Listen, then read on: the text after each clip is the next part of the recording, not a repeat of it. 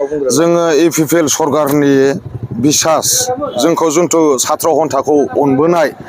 जाय मानसिया दिनैसिम अमा गोदानानै दिनैसिम बिसिनि गथ' गथायफ्राबो टेलेन्टेड फिसाफोर जन्म जाना दं सोरबा दख'ना सोंथेनानैबाबो साहा दखान दिनै बुधबार बाजार बा सुनिबार बाजाराव बिसोरो साहा दखाना दं बिसिनि गथ' गथायफ्राबो दिनै फोरोंनो गोनां बिसिनि सिमां सोर बेखौ फोरोंगोन हाग्रामा सरकारा बेखौ फैसा फिसिनानै फोरोंहरनो हागोन नामा खालि गावनि फिसाजो फिसालाखौल' बाहाय दैलि मबाइलाव फोरोंहोगोन नामा दा जोंनो मोनसेल' बिथानाव थांखि बिहरदों फरेस्ट रिपर्टखौ थाबनो होथों बियो सुपार 50 मिशनखौ अलरेडि लाखिनांगौ आरो NOS नेशनेल अभारसिस स्कलारशिप बेखौ लाखिफिननांगौ बिथाङा नङाबा जोङो अल भिलेज डेभेलपमेन्ट एस'सिएशननिफ्राय केस होनाय जागोन जोङो गभर्नमेन्ट रेजिस्टार आं जेनेरेल सेक्रेटारि बुंहरदों ससिना दा फैबाय थानाय बिसायख'थियावहाय जोंनो बे फुरा गेरेन्टिखा नेरसोन आरो जोंनि बे डिफेन्स बर'खौ गेरेन्टि अल भिलेज डेभेलपमेन्ट एस'सिएशना जोङो लाखिखादों बेखौ जुदि थारमाने नोंथाङा बुंनो नागिरदों फैबाय थानाय बिसायख'थियाव एसे डिफेन्स बर'आ गेलेयोब्ला डिफेन्स बर'खौ नोंथांमोना फुरा डिटेल्स आरो एसुरेन्स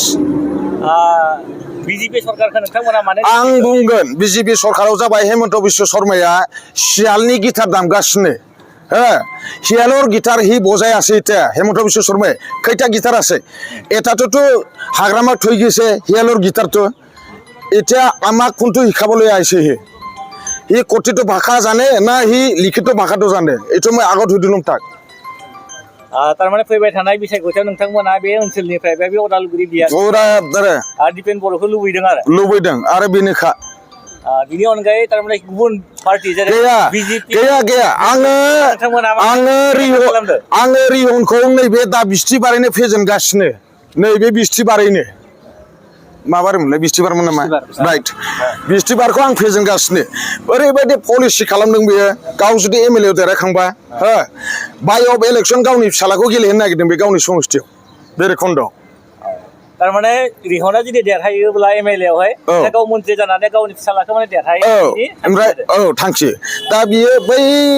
बेरेखन्द समस्थिखौ थगायनो नागिरदों आरोखि सेंग्रा सिख्लानि गोसोखौ लाइमोन आफादफोरनि गोसोखौ बिसोराबोथ' सिमां दंमोन ना बेयो आरो बिदिब्ला नोंथाङा फैबाय थानाय बिसायख'थियाव सोरनो भट होनांगौ होनना बुङो रायजो राजाखौ UPPL ट्रेक्टर पार्टियाव अलरेडि प्रमद सात्र घन्टानो जोंहा होनांगौ फैबाय थानाय समावहाय UPPL आव होनांगौ नोंथांमोननि आफादाव बेसेबांसो सोद्रोमा दं जोंना मथा मथि खैजन 6,200 All Village Development Association Government Register